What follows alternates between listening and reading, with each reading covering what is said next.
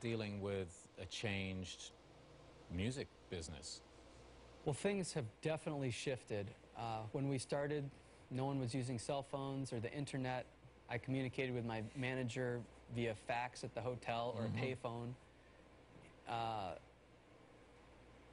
And yeah, we'd put out a record and tour, play the same show every night for 2 years. People consume and digest music so much more quickly now, and their appetite is up again for something new. Unless you're one of the handful of artists that has a record that really becomes something huge, and then it seems like that has a longer life. But even those artists, it seems like they put out a record every year or so now. But people just discover it and get turned on to it all at the same time. They're so quickly now.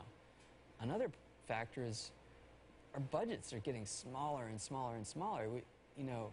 We made Hurley for half of what we spent on our first record in 1993. So that means we have very little time to actually record it. And back in the day, bands would, we're going to spend a year making an album. You just can't do that anymore. Well, I guess it depends on which day, but back in some days, they'd also spend $1 million making a record as well. With equipment and technology, you can make an album at home for a couple of $1,000 if you really want to. Yeah. Do you embrace the technology that is out there that is delivering music in new ways? It used to be, of course, that record labels had the pipeline.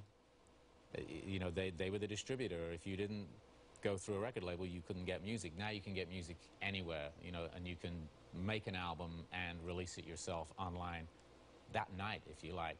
Do you embrace that technology, the whole shift in distribution and being able to get the music out to the fans?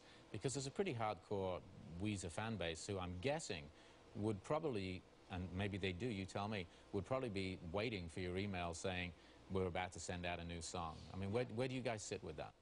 Well, we have not been able to embrace it at all because we've been on a major label up until very recently. So we were pretty much stuck in the old model and just got to go by the old school major label release schedule. And now we're free. And, so things are changing now, but we certainly have not figured it out. There is a whole new set of technology. People are consuming music in a new way. And we haven't figured out how we best can connect to our audience and connect to our fans.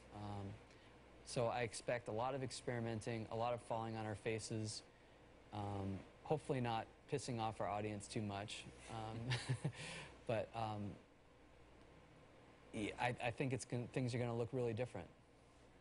How involved are you in the business behind the band, strategies and figuring that stuff out? I mean, you went to school while you were at the beginning of your career as a rock star. Was that a plan to really understand how the mechanics of the business work? No. I went to school for literature, and I learned nothing about business, and I was getting away from the business when I went to school. But it's true that at times in my career I have been very involved in business, and other times I haven't. Right now, I'm very involved. It feels like it's all hands on deck. We need as much brain power as possible to figure out what the heck is going on. The whole previous model has collapsed. We got to figure out what we're doing. Are we going to make full-length albums anymore? Does anyone want a physical product anymore? Should we just email songs every 2 weeks, every 1 week, every month? Who knows? There's a lot of questions. And it almost feels like this is also an opportunity for artists to it's another outlet for creativity. It's figuring out the new model. Well, continued success, and whichever way you figure out how to release the songs, I'm sure the audience is going to be there. It's been great talking to you, and thanks for coming and playing for us. I really appreciate it. My pleasure. Great Thank to you. meet you. Thanks a lot. Thank you.